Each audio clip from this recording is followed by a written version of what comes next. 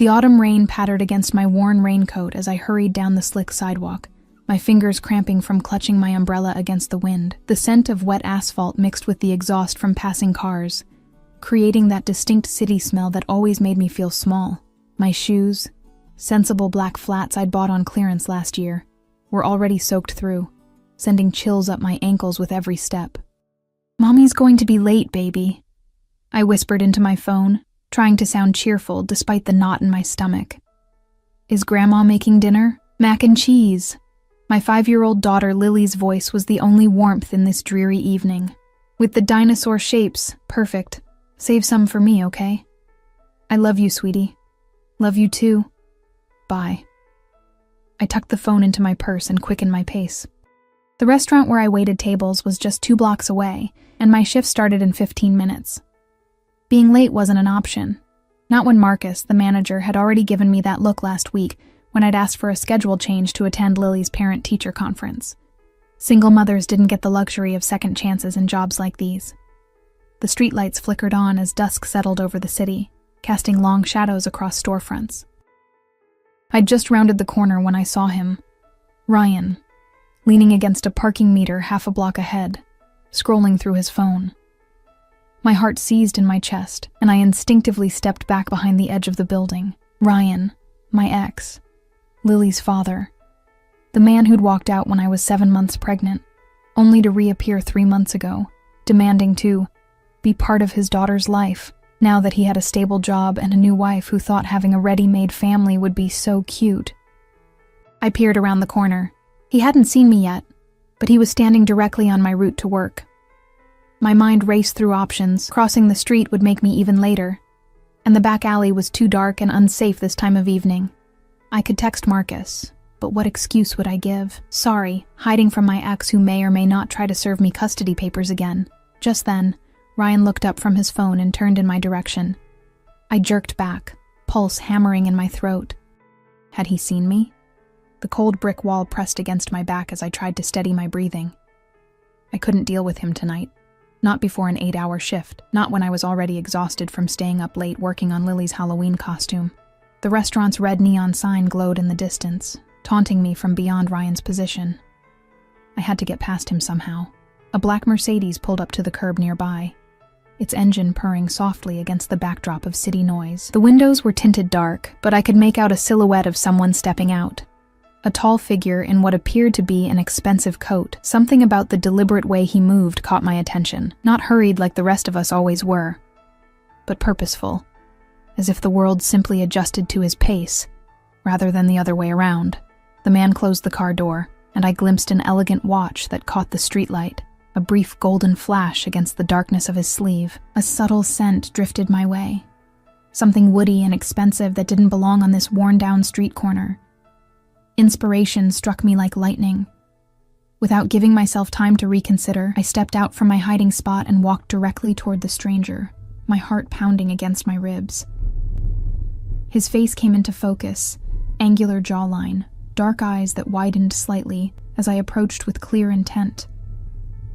Before he could speak, I leaned in close. "Please," I whispered urgently. "My ex is over there. Could you just pretend you know me for 10 seconds? I didn't wait for his answer. Ryan had spotted me and was already pushing away from the parking meter, his mouth forming my name. In pure desperation, I did the only thing that might shock Ryan enough to keep him at bay. I stood on my tiptoes, placed my hands on the stranger's solid chest, and pressed my lips against his. The kiss was meant to be quick, just for show, but several things happened at once. The stranger's initial stiffness melted away as his arm snaked around my waist, pulling me closer with a strength that made my breath catch. Ryan called my name, his voice carrying over the sound of passing traffic, and something electric shot through me, from my lips down to my toes, as the stranger tilted his head and deepened what should have been a fleeting touch. When we broke apart, I felt dizzy. The stranger's eyes had darkened, and there was something in them I couldn't quite read. Surprise, certainly, but also something more calculating. His hand remained at the small of my back, warm and steady. "Ella?" Ryan's voice came from just a few feet away now, confusion and annoyance evident in his tone. I turned, still within the circle of the stranger's arm, and feigned surprise. "Oh, Ryan. I didn't see you there." Ryan's gaze shifted between me and the man beside me, his expression souring. "We need to talk about the custody arrangement. You've been dodging my calls." "I'm late for work," I said, hating the slight tremor in my voice. "Whatever it is can wait." I felt the stranger's arm tighten almost imperceptibly around me, and he cleared his throat. When he spoke, his voice was deeper than I'd expected, with the barest hint of an accent I couldn't place. "Is there a problem?" The question was simple, but something in his tone made it sound like a warning. Ryan blinked, suddenly seeming to register the cut of the stranger's coat, the Mercedes idling at the curb, and the imposing figure standing a few paces behind us. A broad-shouldered man I hadn't noticed before, with an earpiece and an expressionless face. Ryan took an involuntary step back. No problem," he muttered. "I'll call you tomorrow, Ella." He retreated quickly, shooting glances over his shoulder as he went. I exhaled slowly, relief washing over me even as embarrassment crept up my neck in a hot flush. I stepped away from the stranger, immediately missing his warmth in the chilly evening air. "Thank you," I said, not quite able to meet his eyes. "I'm so sorry about that. I don't usually go around kissing random men on the street, I swear." When I finally looked up, I found him studying me with an intensity that made me shiver. A faint smile played at the corner of his mouth. A mouth that, moments ago, had been pressed against mine. "No apology necessary," he said. His gaze lingered on my face for a moment, before dropping to the name tag pinned to my coat. "Ella." The way he said my name sent another shiver through me, this one having nothing to do with the cold. "I'm going to be late," I stammered, gesturing vaguely toward the restaurant. "Thank you again. Really." I turned to go, but his voice stopped me. "Wait." I paused, looking back over my shoulder. He stood perfectly still, the rain seeming to avoid him somehow while the rest of us got drenched. "Perhaps I could come by later, after your shift." It wasn't quite a question. The streetlight caught the side of his face, illuminating features that belonged on a magazine cover, rather than this dreary corner. High cheekbones, dark stubble along his jaw, and eyes that seemed to see right through me. "I don't even know your name," I said, my voice barely audible above the traffic. "Alexander," he replied, "but you can call me Alex." Before I could respond, a car horn blared nearby, startling me. When I looked back, he was already sliding into the back seat of the Mercedes, the door held open by the stone-faced man in the earpiece. The window rolled down just enough for me to see those dark eyes once more. "I'll see you later, Ella." The car pulled away from the curb, leaving me standing in the rain, late for work, and unable to shake the feeling that something momentous had just happened. Something I couldn't take back. I arrived at the restaurant 5 minutes late, breathless and flustered. Marcus gave me a stern look but said nothing as I hurried to clock in and don my apron. Throughout my shift, I moved on autopilot, taking orders and delivering plates while my mind replayed that kiss over and over. What had I been thinking?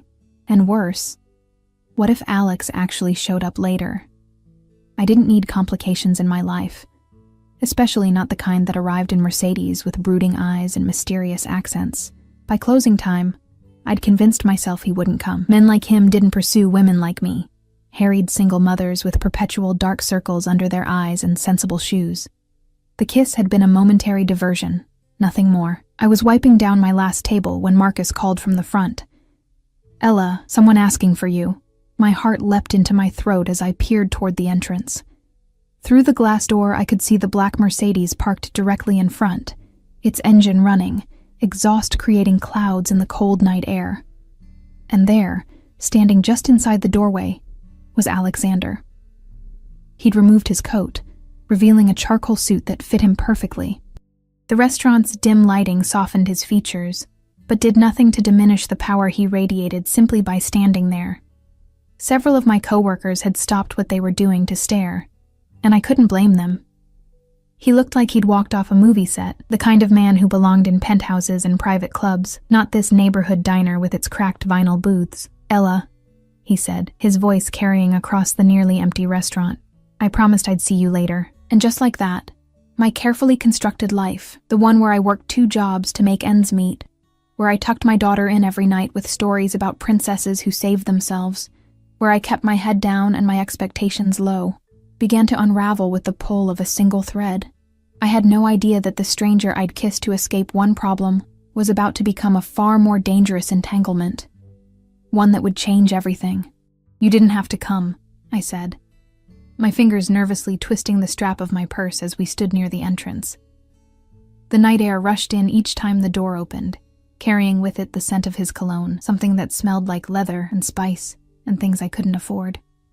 Alex smiled, a subtle curve of his lips that didn't quite reach his eyes. I wanted to. Those 3 simple words hung between us. I'd spent my entire adult life being unwanted, by Ryan when the pregnancy test turned positive, by potential employers when they saw the gap in my resume, by landlords who frowned at the mention of a child.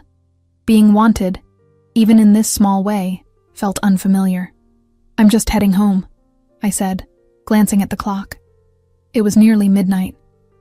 "I have to relieve my mother. She watches Lily, my daughter, when I work late shifts." Something flickered across his face at the mention of Lily. Interest, perhaps, or calculation. "Allow me to drive you." It wasn't really a question, and every instinct told me to decline. I knew nothing about this man except that he drove an expensive car, wore clothes that probably cost more than my monthly rent, and kissed like he could read my mind. But it was raining harder now, and the thought of waiting 20 minutes for the bus, then walking 4 blocks from the stop to my apartment, made my already aching feet throb in protest. "Okay," I heard myself say. "Thank you." Outside, the man I'd noticed earlier, the one with the broad shoulders and earpiece, stood beside the car, opening the rear door as we approached. Up close, I could see the subtle bulge of a weapon beneath his jacket, and my steps faltered. Alex noticed, his hand coming to rest lightly at the small of my back. "That's just Victor. Security is a necessary precaution in my line of work." "What exactly is your line of work?" I asked, sliding into the plush leather interior of the car. It smelled new and expensive, with none of the fast food wrappers and forgotten toys that littered the floor of my old Honda. Alex settled beside me, his thigh inches from mine. "Import-export, primarily. Some real estate development." His tone suggested the topic was closed, so I didn't press. I gave Victor my address, watching as he programmed it into the navigation system without comment. The privacy partition rose silently, leaving Alex and me alone in the back seat. Rain streaked the tinted windows, transforming the city lights outside into watery smears of color. "That man at the corner," Alex said after a moment of silence. "The ex. He's Lily's father?" I nodded, surprised he'd made the connection. "Ryan. We were together for 3 years. He left when I was pregnant, and now he's back. He wants partial custody," I said, the words tasting bitter. "After 5 years of nothing, no child support, no birthday cards, nothing, he shows up with a lawyer and a new wife and decides he wants to play daddy." Alex's jaw tightened almost imperceptibly. "Men should take responsibility for their children," he said, his accent becoming more pronounced. "Family is everything." There was something in his voice, a conviction, a hardness, that made me look at him more closely. In the dim interior of the car, shadowed by passing streetlights, he seemed older than I'd initially thought, not in his features, which were undeniably handsome, but in his eyes. They held the weight of someone who'd seen too much. "Do you have children?" I asked, then immediately regretted my prying. A sad smile ghosted across his face. "No, not yet." The car turned onto my street, a row of aging apartment buildings with security bars on the lower windows. I felt a flush of embarrassment as Victor pulled up to my address. The building wasn't the worst in the neighborhood, but the flickering exterior light and graffitied mailboxes were a stark contrast to the luxury of the Mercedes. "This is me," I said unnecessarily, reaching for the door handle. "Wait." Alex's hand covered mine, warm and firm. "Have dinner with me tomorrow." I blinked, certain I'd misheard. "Dinner?" "Yes, I know a place not far from here. Good food, quiet atmosphere." My mind raced through a dozen practical objections. I had nothing to wear to the kind of restaurant someone like him would frequent. Babysitters were expensive. I had an early shift the next day, but what came out was, "Why?" The question seemed to amuse him, because I'd like to know more about the woman who kissed me on a street corner. Heat rushed to my face. "That was unexpected," he finished for me. "And interesting." "I find you interesting, Ella. No one had found me interesting in a very long time. I was a fixture, a function, a mother to Lily, a daughter to my mom, a waitress to the customers, a tenant to my landlord. Being seen as something more was both terrifying and exhilarating. "I can't," I said reluctantly. "I have Lily, and bring her." That stopped me short. Most men I'd encountered since becoming a mother treated Lily as an inconvenience at best, an outright deal-breaker at worst. None had ever suggested including her from the start. "You want to have dinner with me and my 5-year-old daughter?" I asked skeptically. Alex nodded, completely serious. "I'd like to meet her. Unless you're uncomfortable with that." I should have been uncomfortable. Everything about this situation should have set off alarm bells. The expensive car, the security guard, the way he'd appeared at my workplace, his interest in my daughter. But there was something in his expression, a sincerity beneath the confidence, that made me hesitate to refuse. "She can be a handful," I warned. "I'm sure she's delightful," he said. And for the first time that night, his smile reached his eyes, like her mother. Before I could process the compliment, he reached into his jacket and withdrew a business card, pressing it into my palm. It was heavy cardstock, embossed with just his name and a phone number. "Text me your address. I'll pick you both up at 6. Victor was already opening my door, the night air rushing in to break the spell of the car's intimate warmth. I stepped out onto the sidewalk, clutching the business card like a talisman. "Good night, Ella," Alex said, his eyes holding mine for a moment longer than necessary. Then the door closed, and the Mercedes glided away into the rainy night, leaving me with questions that would keep me awake long after my mother left, and Lily's soft snores filled our small apartment. Morning came too quickly, sunshine replacing last night's rain, and illuminating the dust motes dancing in the cramped bedroom I shared with Lily. She was already awake, her small fingers tracing patterns on my cheek. "Mommy, your phone keeps buzzing," she said, her breath smelling of the sugary cereal she must have already helped herself to. I groaned, reaching for my phone on the nightstand. 3 missed calls from work and a text from an unknown number. Looking forward to this evening. Does Lily have any food preferences I should know about? Last night rushed back to me, the kiss, the car ride, the dinner invitation I'd somehow accepted. I sat up quickly, startling Lily. "Who's asking about my food?" she demanded, her brown eyes, so like mine, widening with curiosity. How did I explain this to her, that Mommy had kissed a stranger to avoid Daddy? That the stranger turned out to be the most intriguing man I'd encountered in years? "A new friend," I said carefully. "He invited us to dinner tonight, like a date?" she asked, her nose wrinkling. I brushed her tangled curls back from her forehead. "Like a dinner with a new friend. Would that be okay with you?" She considered this with the solemn thoughtfulness only children can muster. "Will there be dessert?" I laughed, relief washing through me. "I think that can be arranged." The day passed in a blur of routine chaos. Dropping Lily at kindergarten, covering a morning shift at my second job at the convenience store, rushing home to tackle the mountain of laundry that never seemed to diminish. All the while, Alex's business card burned in my pocket, and the unanswered text message haunted my thoughts. What was I doing? Men like him didn't pursue women like me without an agenda. The logical part of my brain constructed various scenarios, none of them favorable. Perhaps he was married, looking for a diversion. Maybe he'd recognized me from somewhere, though I couldn't imagine where our paths would have crossed before. Or worst of all, perhaps this was some elaborate scheme related to Ryan and the custody battle, though that seemed far-fetched even to my paranoid mind. By late afternoon, I'd nearly convinced myself to cancel. Then Lily came home from school, bursting with excitement about meeting Mommy's new friend, and I found myself texting back instead. She loves pasta and hates anything green. "Sorry for the late reply. We'll be ready at 6. His response was immediate. Perfect. At 5:30, I stood before the bathroom mirror, scrutinizing my reflection. I'd chosen my only decent dress, a simple black wrap style I'd bought for job interviews years ago. and applied makeup with a care I rarely bothered with anymore.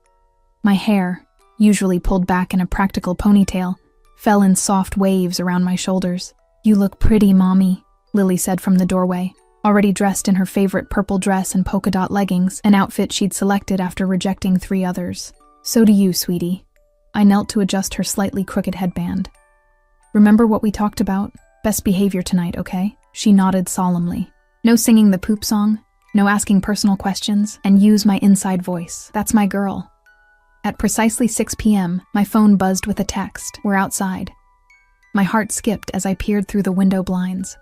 The black Mercedes was parked directly in front of our building, looking as out of place as a swan in a puddle. Victor stood beside it, scanning the street with practiced vigilance. "Ready?"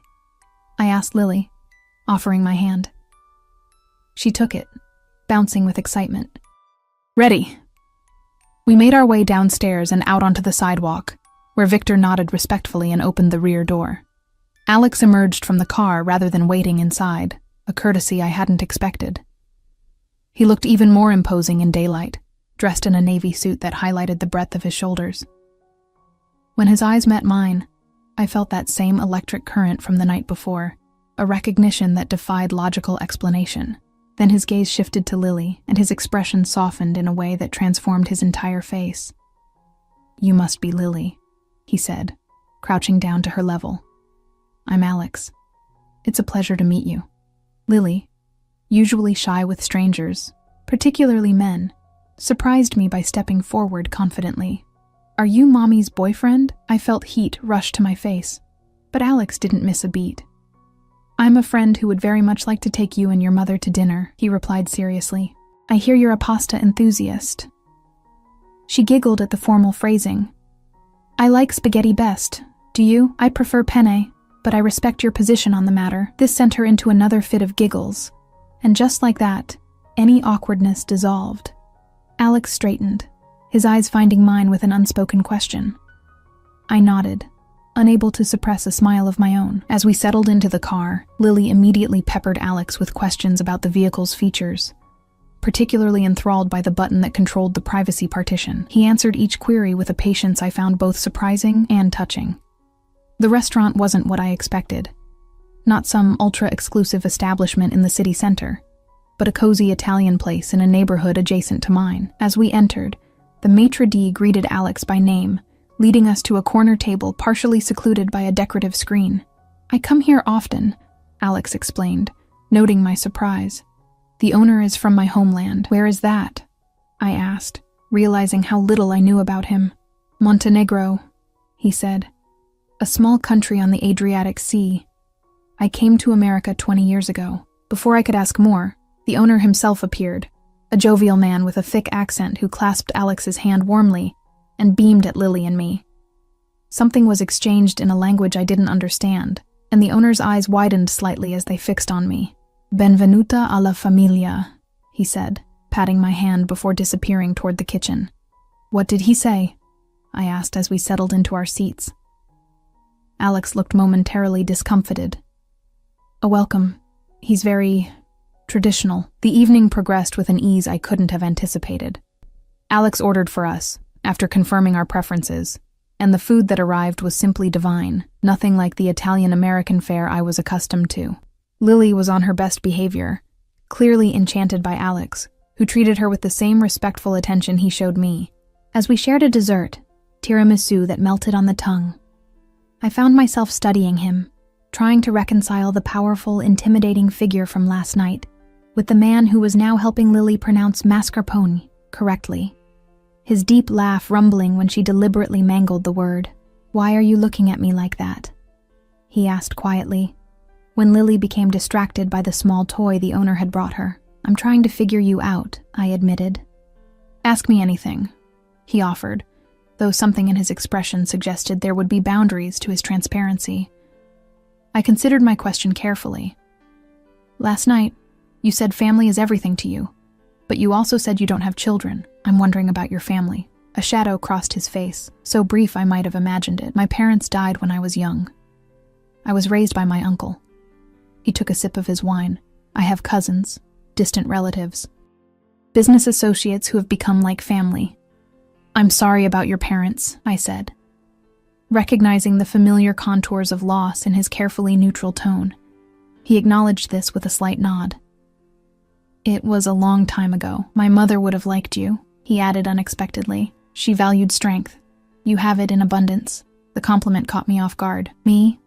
I'm barely keeping it together most days, and yet you do, he said, his gaze intense. You provide for your daughter, you stand up to your ex, you work multiple jobs. That is strength, Ella. No one had ever framed my daily struggle as strength before. In my darkest moments, I'd seen it as mere survival, sometimes even failure to provide Lily with the life she deserved, the stability I'd never had. Mommy, I'm sleepy, Lily announced, interrupting the moment as she leaned against my side, her eyes heavy. Alex signaled for the check, which the owner refused with a wave of his hand and another stream of that melodic language. Alex didn't argue, instead slipping what I suspected was a very generous tip to our server. The drive home was quiet, Lily dozing against my shoulder. When we arrived at my building, Alex insisted on escorting us upstairs. Security concerns, he said, though the neighborhood was quiet tonight. At my door, Lily mumbled a sleepy goodnight before I ushered her inside to brush her teeth. When I returned to where Alex waited in the hallway, I found myself suddenly nervous, unsure of the protocol for ending an evening that wasn't quite a date, but felt far more significant than a casual dinner. Thank you, I said simply. For dinner. Lily had a wonderful time, and you? He asked, stepping closer. I did too, I admitted. He reached out slowly, giving me time to step back if I chose, and tucked a strand of hair behind my ear. His fingers lingered against my cheek, warm and slightly calloused. Not the manicured hands I'd expected from someone of his apparent wealth. I'd like to see you again, he said, his voice low. Both of you. Warning bells sounded in the back of my mind. Too fast, too intense, too good to be true. But I found myself nodding anyway. I'd like that. He leaned down, and I thought he might kiss me again, but instead, his lips brushed my cheek, achingly gentle. Good night, Ella. I watched him walk away, a strange mixture of relief and disappointment swirling in my chest. Only after the sound of his footsteps had faded did I close the door, leaning against it as I tried to make sense of the emotions coursing through me. What I didn't know then, couldn't have known, was that while Alexander had been exceedingly careful in what he revealed about himself that night, others had been far less discreet. As I tucked Lily into bed and prepared for another day of mundane struggle, a photograph taken by a passerby outside the restaurant was already making its way through channels that would set in motion events beyond my comprehension. The stranger I had impulsively kissed to avoid one danger had unknowingly placed me directly in the path of another, one far more perilous than I could have imagined. 3 days passed before I heard from Alex again. 3 days in which I alternated between scolding myself for acting like a lovesick teenager and checking my phone with embarrassing frequency. When his message finally came, it was brief, but sent my pulse racing. Are you free tomorrow evening? I stared at the text during my break at the convenience store, the fluorescent lights buzzing overhead as I weighed my response. Part of me, the practical, cautious part that had kept Lily and me afloat these past 5 years, whispered warnings. I still knew almost nothing about this man, and what little I did know suggested complexities I wasn't equipped to handle. But another part of me, a part that had been dormant for so long I'd forgotten it existed, craved the electricity of his presence, the way he looked at me like I was something precious, rather than something broken. I work until 5. After that, yes. I typed back, then added, Lily has a play date until 8. His reply was immediate. I'll pick you up at 5:30. Just us this time. Just us. The prospect was both thrilling and terrifying. Dreamy smile you've got there, observed Margot, my 60-something co-worker, as she shuffled past with a stack of cigarette cartons. Must be a man. I slipped my phone into my pocket, embarrassed at being caught. Just making plans with a friend. Margot's penciled eyebrows rose skeptically. Friend, huh? Well, whoever put that look on your face, hold on to him. Been a while since I've seen you looking anything but exhausted. I returned to restocking the cooler, but Margot's words lingered. Had I really become so worn down that a simple spark of happiness was noteworthy?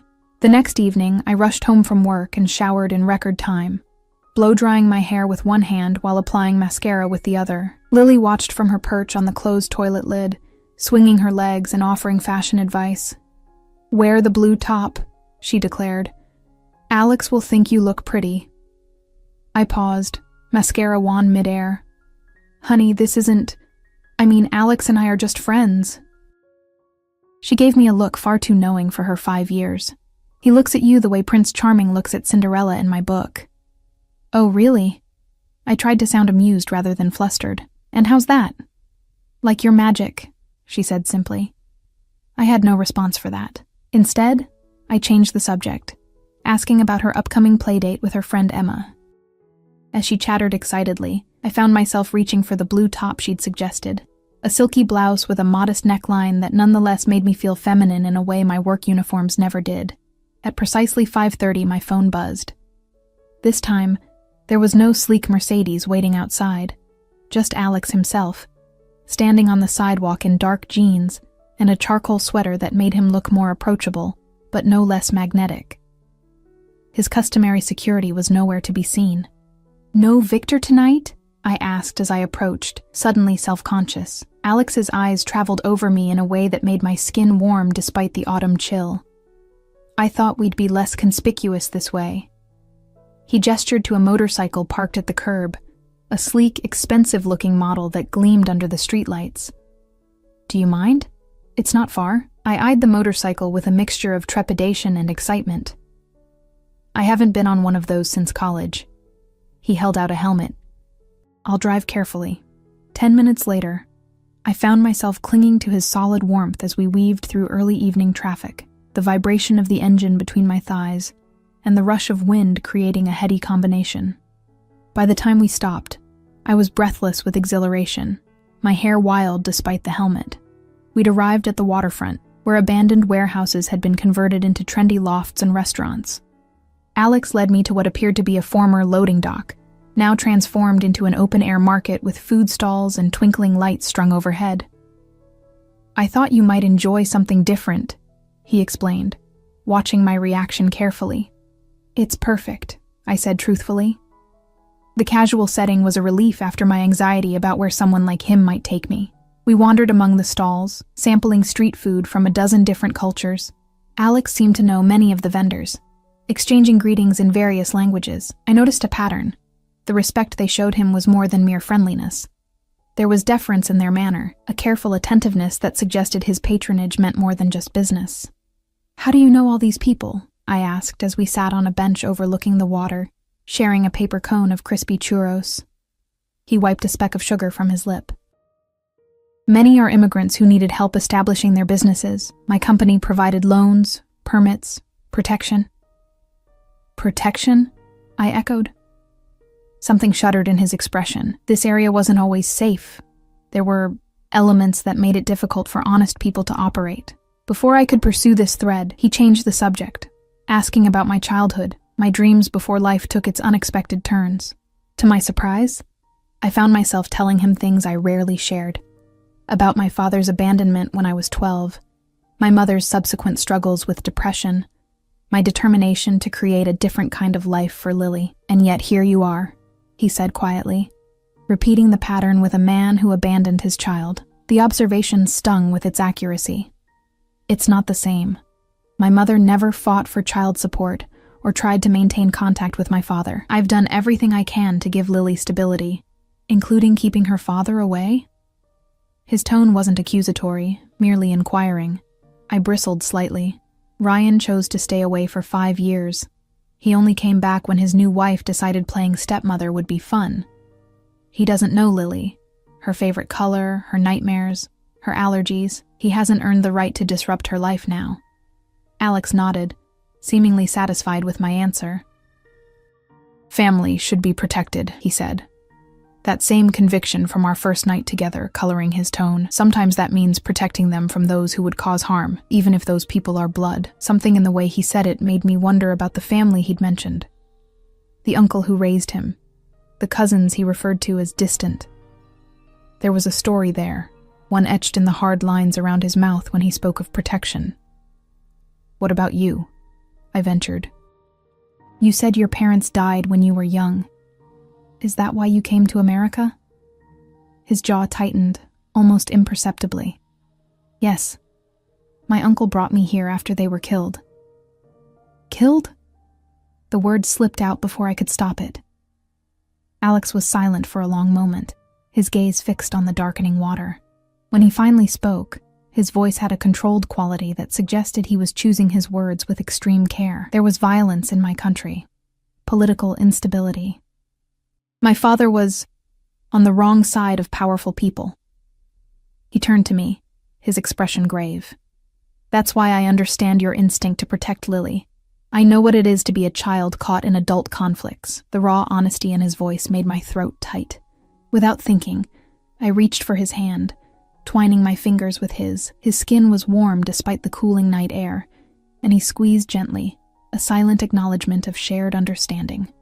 We sat like that for a while, the comfortable silence punctuated only by the distant sounds of laughter and music from the market behind us. When he finally spoke again, his voice was lighter. "Tell me about Lily. What makes her laugh? What scares her? I want to know." And so I told him about Lily's boundless energy and fierce opinions, her love of dinosaurs and ballet, her fear of thunderstorms that had her crawling into my bed during summer nights. He listened with genuine interest, sometimes asking questions that revealed his own lack of experience with children, but never made me feel like I was boring him. "She asked about you yesterday," I admitted, as we walked back toward his motorcycle. "She wanted to know when we'd see you again." His expression brightened. "And what did you tell her?" "That I didn't know. That adults have complicated schedules." He stopped walking, turning to face me. "My schedule is not too complicated for the two of you." The intensity of his gaze made my breath catch. "Alex, I paused, gathering my courage. "What is this? Between us?" "Because I need to be careful, for Lily's sake." "What do you want it to be?" he countered, stepping closer. The truth was, I didn't know. The sensible part of me recognized all the warning signs, the speed of our connection, the obvious differences in our worlds, the mysteries he seemed reluctant to explain. But standing there in the gentle glow of the market lights, with the scent of salt water and his cologne mingling in the air between us, sensible was the last thing I wanted to be. I began, but my phone's shrill ring interrupted the moment. Flustered, I fumbled to answer it. Emma's mother's voice came through, sounding apologetic. "Ella, I'm so sorry, but Lily's not feeling well. She says her stomach hurts, and she's asking for you." My maternal instincts immediately overrode everything else. "I'll be right there," I promised, already calculating the fastest route to Emma's house. When I hung up, Alex was already pulling out his phone. "Where is she? I'll have my driver take us." "No, I can grab a ride share." "Ella," his tone brooked no argument. "Your daughter is sick. Let me help." 10 minutes later, we were pulling up to Emma's house in the now familiar Mercedes, Victor at the wheel. I barely waited for the car to stop before jumping out, Alex close behind me. Emma's mother met us at the door, looking relieved. "She's in the bathroom," she explained. She was fine, then suddenly complained about her stomach after dinner. No fever, though. I found Lily curled on the bathroom floor, her small face pale and tear-streaked. "Mommy," she whimpered, reaching for me. "I'm here, baby," I soothed, feeling her forehead. It was cool to the touch, which was a relief. "What hurts?" "My tummy," she moaned. "It's doing flips." I helped her up, murmuring comforting nonsense as I guided her out of the bathroom. In the hallway, I was surprised to find Alex crouched at eye level, his expression one of genuine concern. "Hello, little one," he said gently. "Not feeling well?" Lily shook her head miserably, then unexpectedly reached for him. Without hesitation, Alex scooped her into his arms as if he'd been doing it her entire life. "My mother used to say that stomach aches needed 3 things, he told her as we walked to the car. "Warm tea, a soft blanket, and someone to tell you stories until you fall asleep." Lily rested her head against his shoulder. "What kind of stories?" "Stories about brave little girls who befriend dragons," he said. his accent more pronounced as he settled her into the back seat. My homeland is full of such tales. I watched, a lump forming in my throat, as this man I barely knew cradled my daughter with such natural tenderness. It was disarming, this glimpse of gentleness from someone who otherwise radiated power and control. Back at our apartment, Alex insisted on helping. While I got Lily into her pajamas, he found his way around my tiny kitchen, brewing chamomile tea and locating the crackers I kept for upset stomachs. By the time I emerged from the bedroom, he had arranged a makeshift nest of blankets on the couch and was warming a heating pad in the microwave. "You didn't have to do all this," I said, oddly touched by his efficiency. He shrugged, a gesture too casual for his usual demeanor. "I wanted to help." Lily patted out in her dinosaur pajamas, looking marginally better. Her eyes lit up at the sight of the blanket nest, and she allowed Alex to tuck the heating pad against her middle, while I held the tea for her to sip. "Story now?" she asked him hopefully. And so, in my cramped living room, with my daughter's head pillowed on his lap, Alexander, a man who arrived in a Mercedes with armed security, told a story about a little girl who found a dragon's egg in the mountains of his homeland. His deep voice wove images of mist-shrouded peaks and ancient forests, of brave deeds and loyal friendships. By the time he finished, Lily was asleep, her breathing deep and even. "You're good with her," I said quietly as he gently extricated himself, laying her head on a cushion. "Children are honest," he replied, his voice equally soft. "They see what adults often miss." We moved to the kitchen, where I offered him coffee, the only thing I had that seemed appropriate for an adult guest at this hour. He accepted, leaning against my chipped countertop as I prepared the French press. "Thank you for tonight," I said. "For the date. For helping with Lily. All of it." "Date?" he echoed, one eyebrow lifting. I felt heat rush to my face. "I mean, it was a date," he confirmed, his mouth curving into a smile that made my heart stutter. "The first of many, I hope." He moved closer, until I could feel the warmth radiating from his body. "Ella," he said, my name like a caress in his accent. "I should tell you something." The serious tone made me tense. "What is it?" The night we met wasn't entirely coincidence.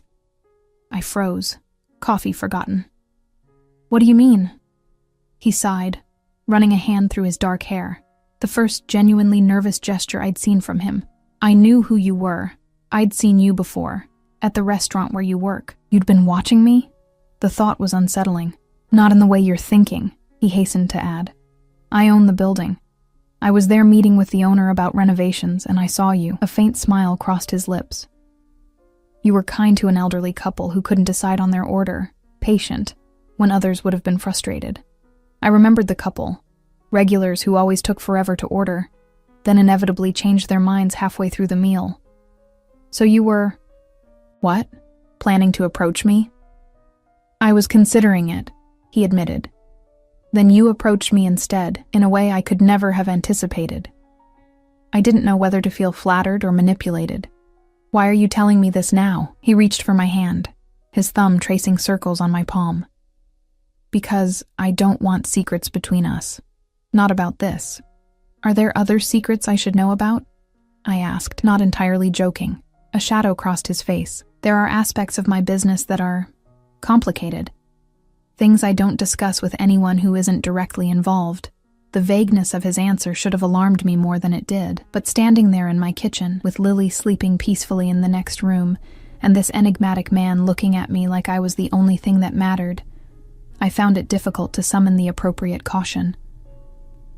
"I understand privacy," I said finally. "Everyone has parts of themselves they keep guarded." Relief flickered across his features. "Thank you." He raised my hand to his lips, pressing a kiss against my knuckles that sent shivers racing up my arm. "I should go. You both need rest." I walked him to the door, suddenly reluctant to see him leave. In the dimly lit hallway, he paused, his eyes searching mine. "Can I see you again tomorrow? Perhaps bring dinner here, for both of you." "Lily would love that," I said.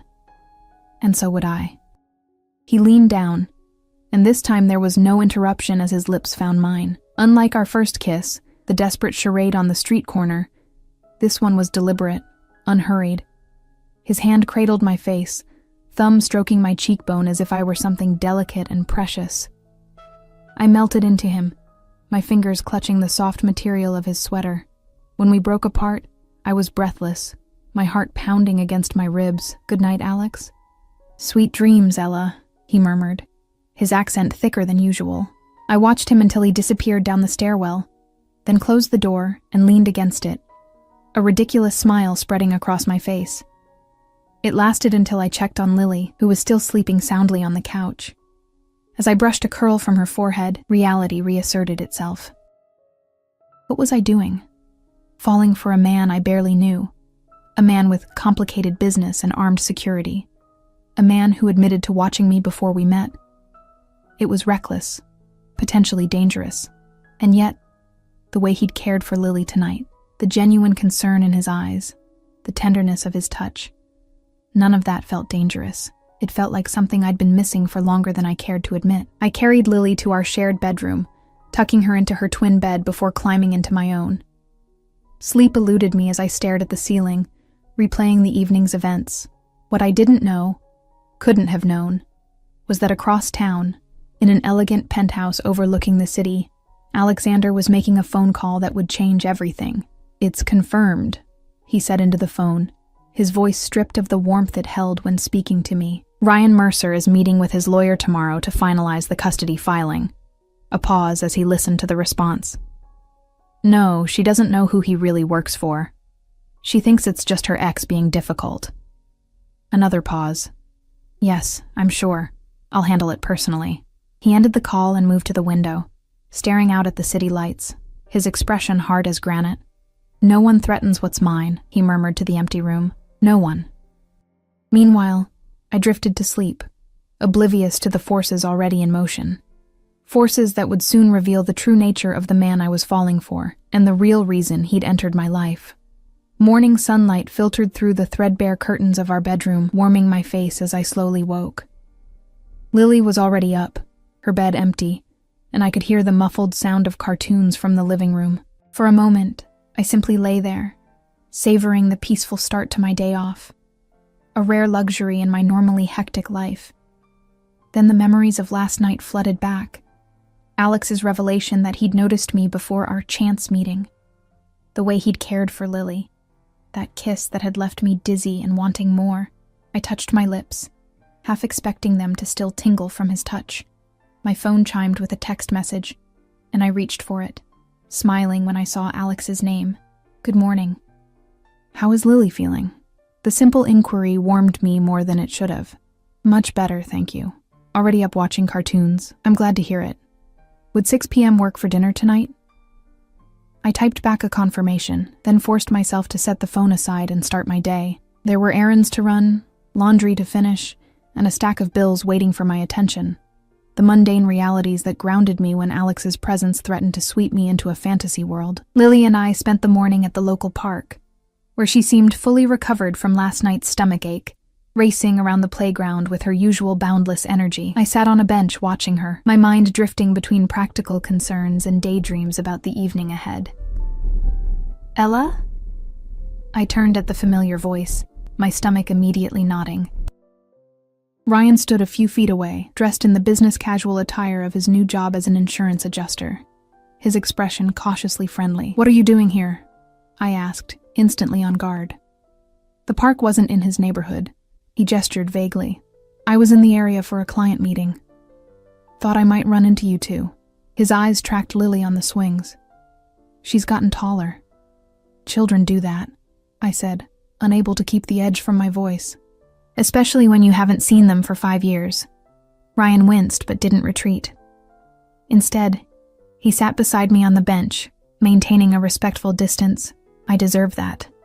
I deserve worse, actually. He ran a hand through his hair, still the same nervous gesture from when we were together. "I was hoping we could talk, about Lily.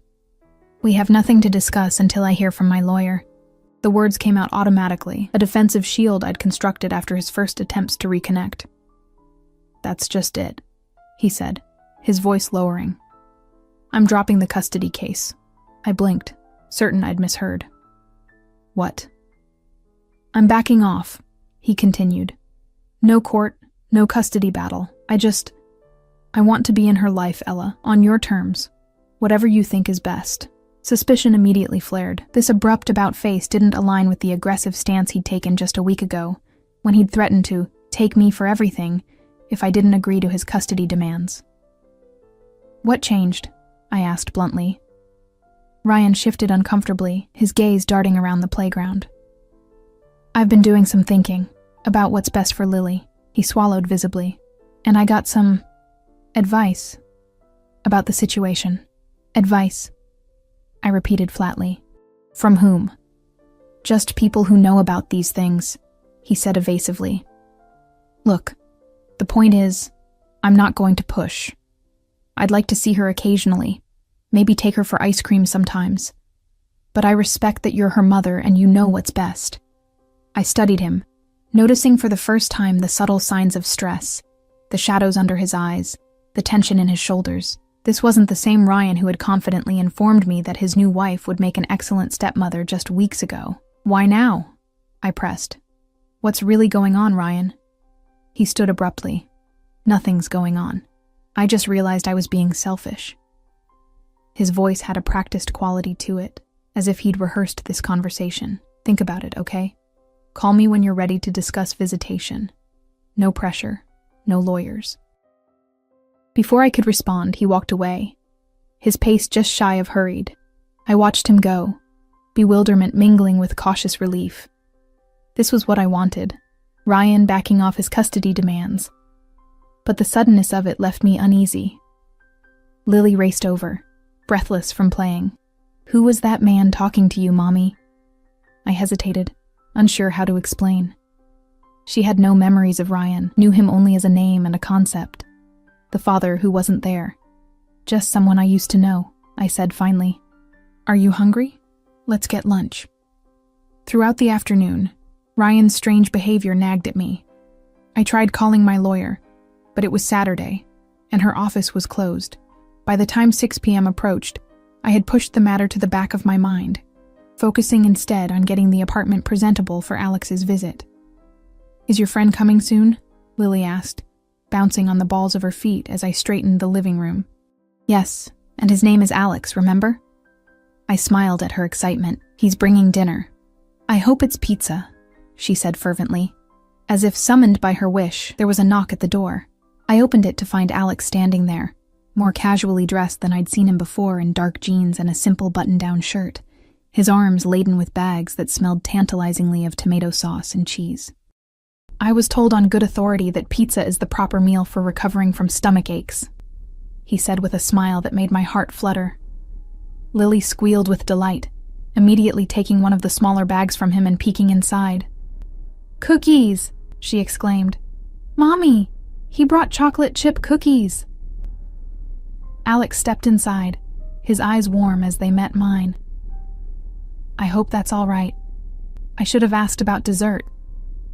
It's perfect, I assured him, taking some of the bags. Everything smells wonderful. He leaned down to press a brief kiss to my cheek, his hand lingering at the small of my back. You look beautiful, he murmured, his voice low enough that only I could hear. I blushed, suddenly conscious of my simple jeans and sweater. It's just casual Saturday clothes. Nevertheless, he insisted with a smile. Dinner was a lively affair, with Lily commanding much of the conversation, telling Alex elaborate stories about her day at the park and her kindergarten adventures. He listened with genuine interest, asking questions that showed he was truly paying attention, not just humoring her. And then Emma said her dad is taking her to Disney World next summer, Lily was saying, as she picked the pepperoni off her third slice of pizza. Have you ever been to Disney World, Alex? He shook his head solemnly. I have not had that pleasure. Maybe you could come with us someday, she suggested, with the innocent presumptuousness of childhood. Mommy says we'll go when I'm 7, if we save enough money. I felt heat rush to my face. Lily, I would be honored, Alex interrupted smoothly, his eyes meeting mine over Lily's head. Though perhaps we should ask your mother if she would want company on such a trip. Lily turned to me expectantly. Can Alex come with us to Disney, Mommy, please? Trapped between my daughter's hopeful expression and Alex's carefully neutral one, I fumbled for a response. That's still a long way off, sweetheart. We'll see. Alex smoothly changed the subject, asking Lily about her favorite Disney characters, but the moment lingered in my mind. The casual way he had inserted himself into our future plans, the ease with which Lily had accepted the idea of him joining our little family unit. It was simultaneously thrilling and terrifying. After dinner, Lily insisted on showing Alex her collection of stuffed animals, each with its own elaborate backstory. I used the opportunity to clear the table and load the dishwasher, grateful for a moment to collect my thoughts. I was rinsing plates when I felt Alex's presence behind me. His hand settled on my waist, gentle but firm. "She's looking at her Disney book," he murmured, his breath warm against my ear. "Planning our trip in detail, it seems." I turned to face him, finding myself trapped between his body and the counter. "You shouldn't encourage her like that. Disney World, really? Why not?" He reached up to tuck a strand of hair behind my ear, his touch sending shivers down my spine. "Is it so hard to imagine us still being in each other's lives 2 years from now?" The question caught me off guard with its directness. "Alex, we've known each other for a week. Some things don't require years to recognize," he said, his accent thickening as it often did when he spoke with intensity. "From the moment you kissed me on that street corner, I knew you were different. Special. Because I assaulted you with my lips to avoid my ex?" I tried to joke, uncomfortable with the weight of his words. He didn't smile. "Because you were brave, resourceful, beautiful." His hand cupped my cheek. "I've known many women, Ella. None have affected me the way you do." The sincerity in his voice was almost painful to hear. Part of me wanted to lean into it, to accept the fairy tale he seemed to be offering. But the practical part of me, the part that had survived abandonment and single motherhood and countless disappointments, couldn't surrender so easily. "There's still so much I don't know about you," I said quietly. His expression shuddered slightly. "What do you want to know?" I took a deep breath. "I ran into Ryan today, at the park." If I'd expected surprise, I was disappointed. Alex's face remained carefully neutral. "Your ex? What did he want?" "That's the strange part. He told me he's dropping the custody case, completely backing off." I watched Alex closely as I continued. "He said he received some advice that changed his mind." Something flickered in Alex's eyes. Satisfaction, perhaps, quickly masked. "People can have changes of heart. Ryan doesn't have a heart to change," I countered. "He's been threatening me with lawyers for weeks, and suddenly he's willing to see Lily on my terms? It doesn't make sense." Alex stepped back slightly, creating space between us. Perhaps he realized he was fighting a losing battle. Or perhaps someone convinced him to back off, I said, my suspicion crystallizing as I watched his reaction. "Someone like you." His silence was answer enough. "What did you do, Alex?" I asked, my voice barely above a whisper. "Did you threaten him? Pay him off?" "I protected what matters to me," he said finally, his tone even but with an underlying steel I hadn't heard before. "You and Lily deserve peace, not harassment from a man who abandoned his responsibilities." A chill ran down my spine despite the warmth of the kitchen. "That wasn't your decision to make. You had no right."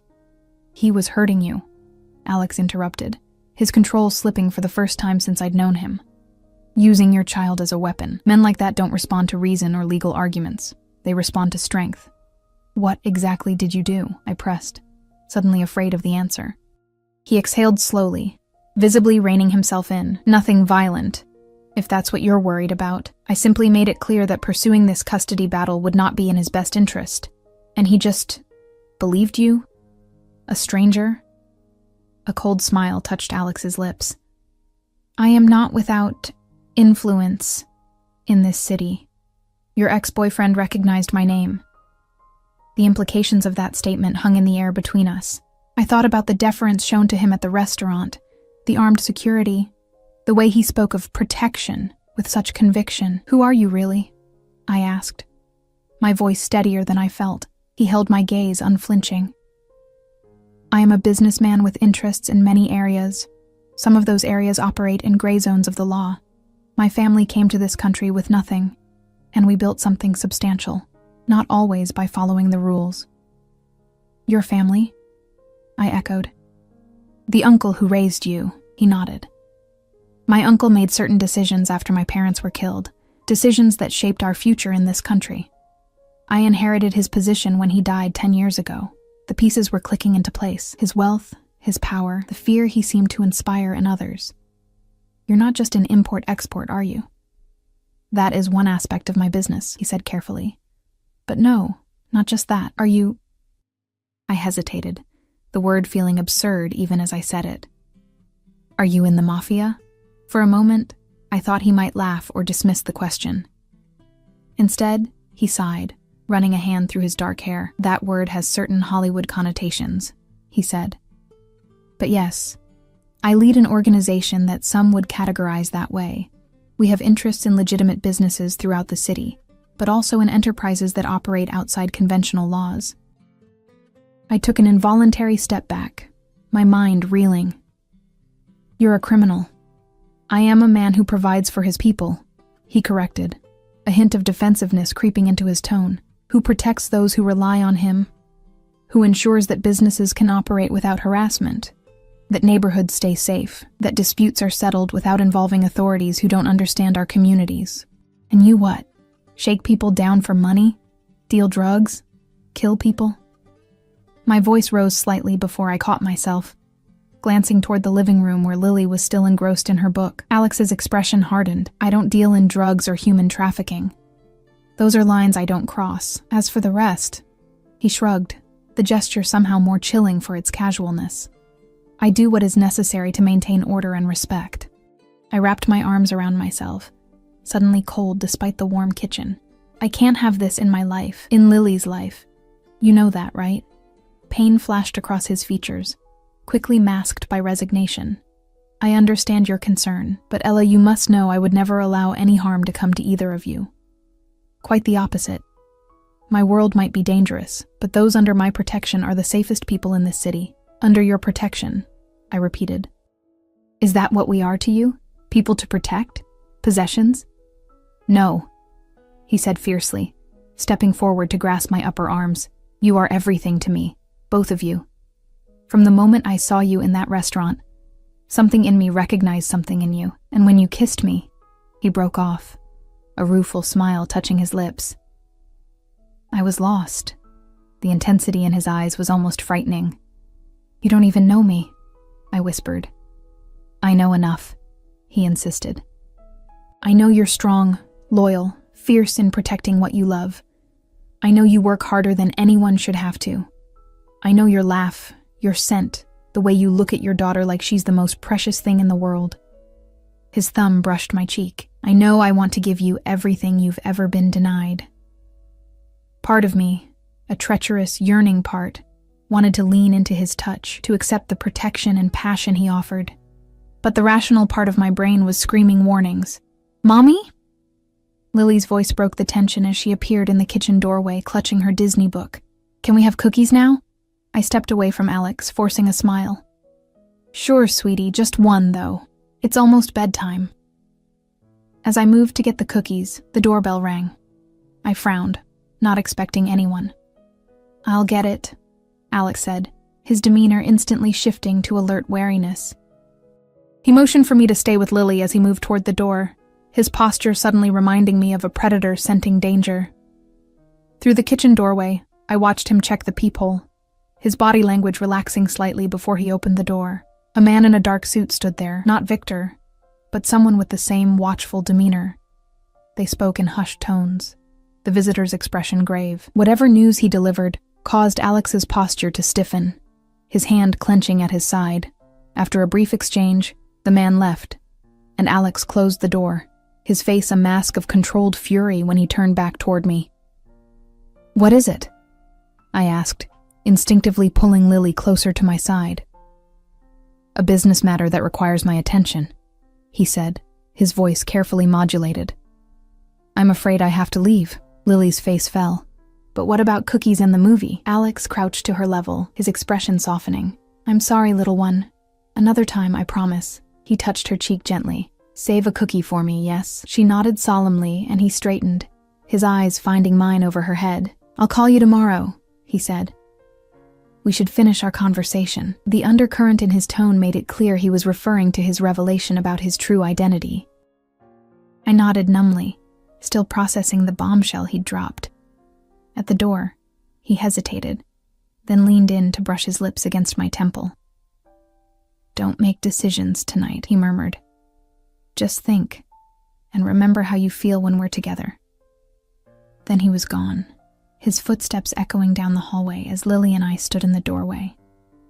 Through the window, I watched him slide into the back seat of the waiting Mercedes, his face set in hard lines I hadn't seen before. "Is Alex coming back?" Lily asked as I closed the door. I stroked her hair, unsure how to answer. "I don't know, sweetie." That night, after tucking Lily into bed, I sat at the kitchen table with a cup of tea gone cold, turning over everything I'd learned.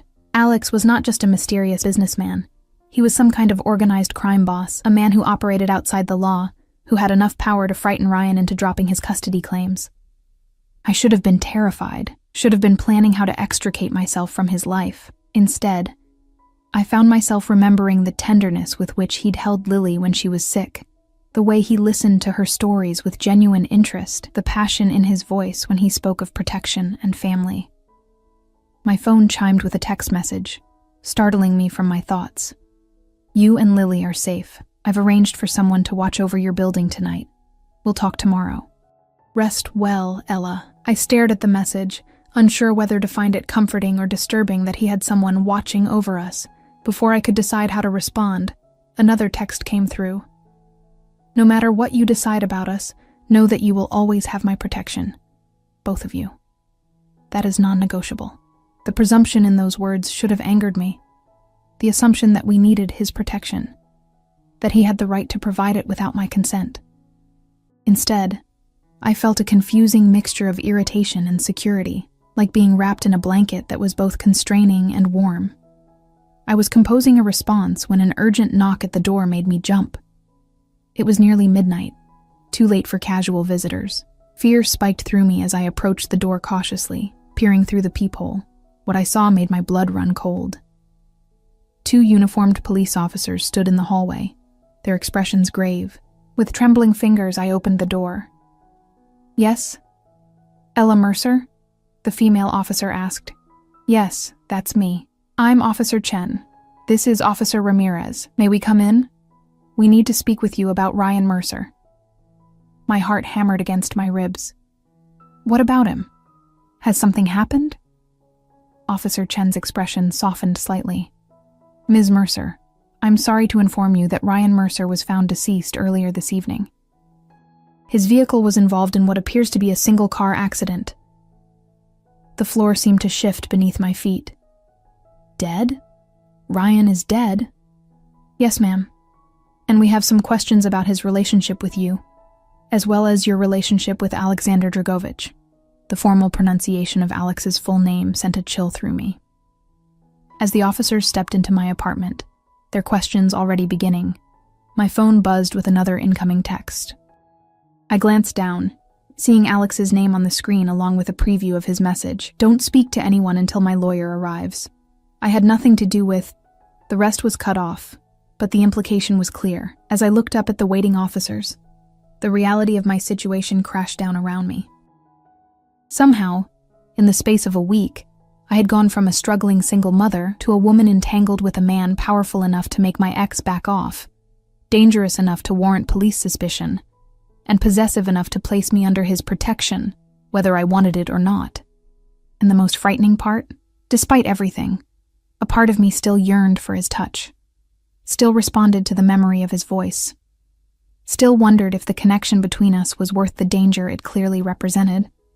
"Ms. Mercer?" Officer Chen prompted. "Are you ready to answer some questions?" I took a deep breath, glancing toward the bedroom where Lily slept peacefully, unaware that her father, a man she'd never really known, was gone forever, and that the man she'd so quickly embraced might be responsible. "Yes," I said quietly. "I'll tell you what I know." Dawn was breaking as the police finally left my apartment. I stood at the window, watching their patrol car pull away, exhaustion and shock making my limbs feel heavy. Throughout the endless night of questioning, I had told them everything I knew about Ryan, about Alex, about the strange conversation in the park.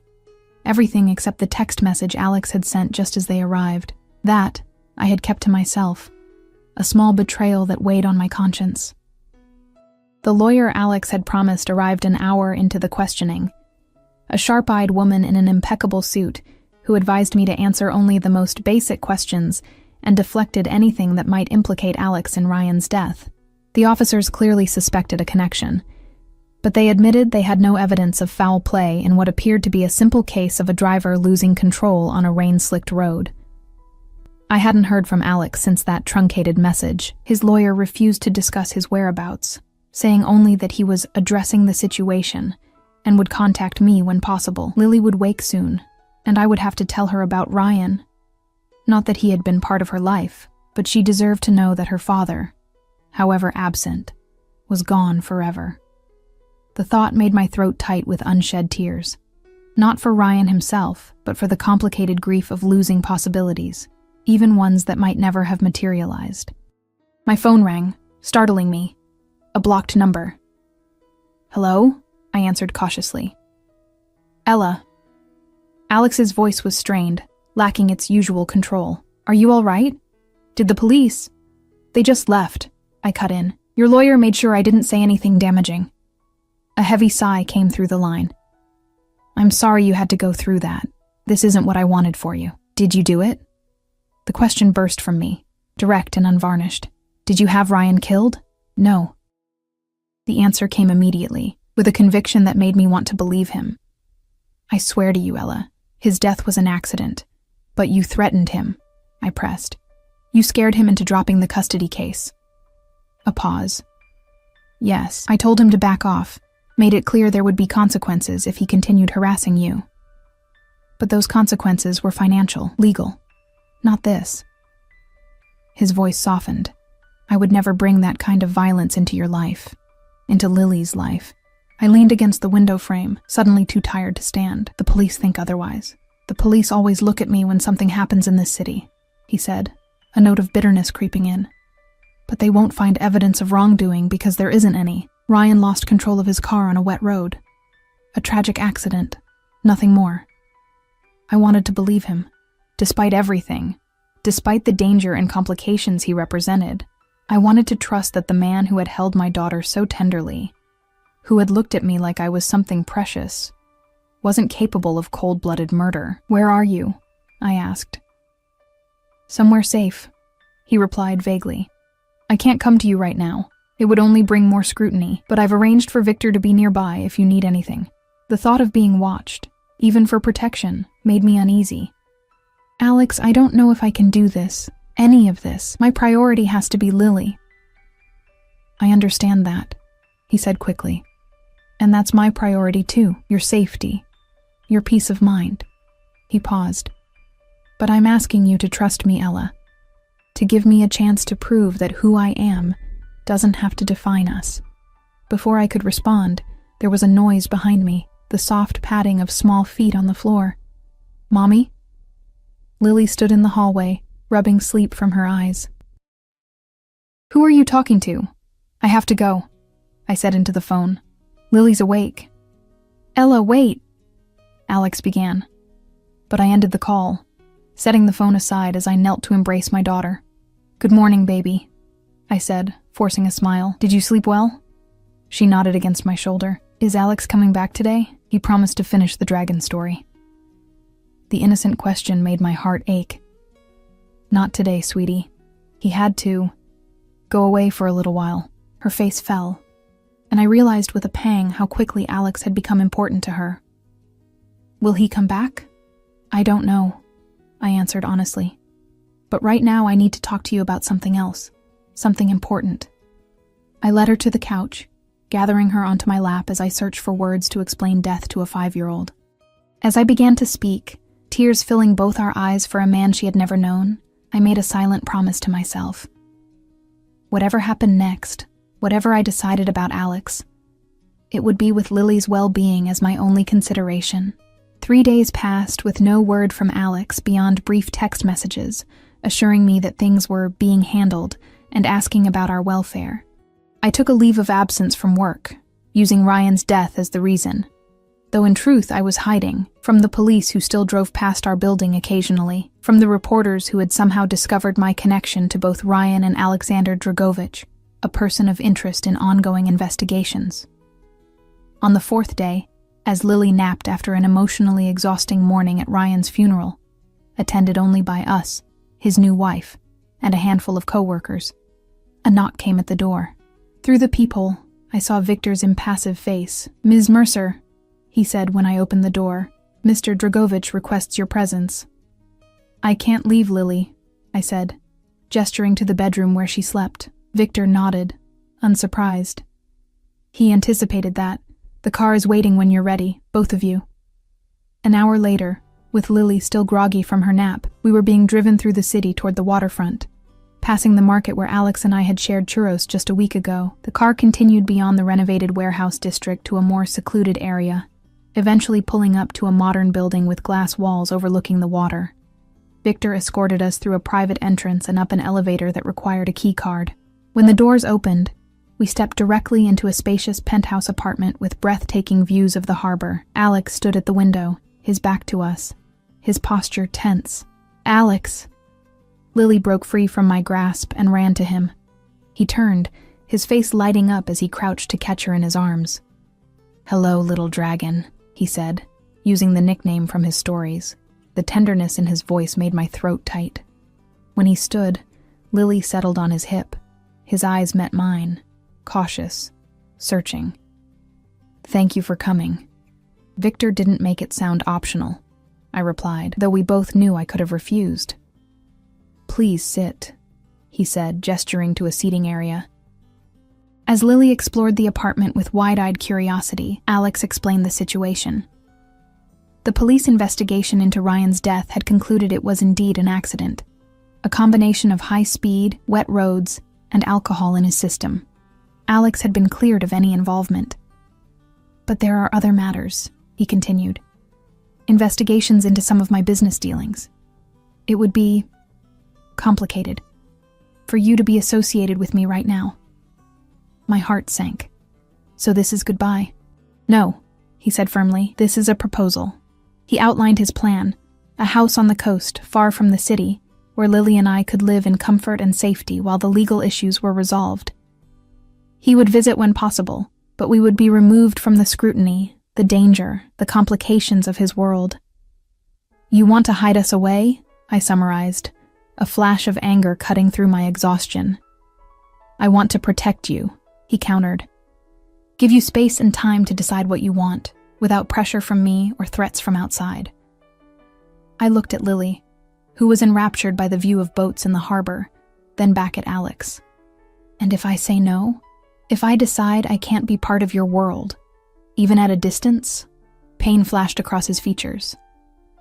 "Then I would respect that decision, provide for you both anonymously, ensure your safety from afar, and," he swallowed visibly, "and let you go." The sincerity in his voice was unmistakable. Whatever else Alex might be, criminal, dangerous, morally ambiguous, his feelings for us were genuine. "I need time to think," I said finally. "Of course," he agreed immediately. "Stay here tonight. The building is secure and I'll be nearby, but not imposing my presence." That night, after Lily fell asleep in the luxurious guest bedroom, I stood on the balcony overlooking the city lights and water beyond. The past 2 weeks had transformed my life in ways I never could have imagined, bringing danger and loss, yes, but also passion and possibility I'd thought forever beyond my reach. The balcony door slid open behind me, and I knew without turning that it was Alex. He stood beside me, not touching, respecting the distance I'd requested. "What are you afraid of, Ella?" he asked softly. "Truly?" I considered the question, wanting to give an honest answer. "That I'll lose myself in your world. That Lily will grow up surrounded by danger and moral compromise. That I'll look back one day and not recognize the woman who chose this path." He nodded, accepting my fears without defensiveness. "And what do you want? If fear were removed from the equation?" The question pierced straight to my heart. "Connection," I whispered. "Security, passion. A partner who sees me, really sees me. I turn to face him. I want Lily to have a father who would move mountains for her, who tells her stories about dragons and believes she can tame them. Alex's eyes shimmered in the dim light. I can be that man, Ella. I won't pretend my past isn't dark or that my business is entirely clean. But with you, with Lily, I see a future worth changing for. He reached for my hand, and I let him take it, feeling the familiar warmth of his touch. I'm not asking you to decide everything tonight, he said. Just say you'll come to the house by the sea. Give us time to find our way forward, on your terms. As I looked up at him, this powerful, dangerous, tender man who had upended my carefully constructed life, I realized that my decision had already been made. Not in this moment, but in a series of moments, when he held Lily as she slept, when he listened to her stories with genuine interest, when he looked at me like I was the answer to a question he'd been asking his whole life. Yes, I said softly. We'll come. His smile transformed his face, years of hardness melting away as he pulled me gently into his arms. Against the backdrop of city lights and distant waves, I rested my head against his chest, listening to the steady beat of his heart. The path ahead was uncertain, fraught with complications and potential dangers, but for the first time in years, I wasn't facing it alone. Whatever came next, we would face it together. The single mother, the crime boss, and the little girl who had unknowingly brought them together with a dragon story and a dream of Disney World. The stranger I had impulsively kissed on a rainy evening had become the man I was choosing to build a future with. Complicated, dangerous, beautiful, and entirely ours.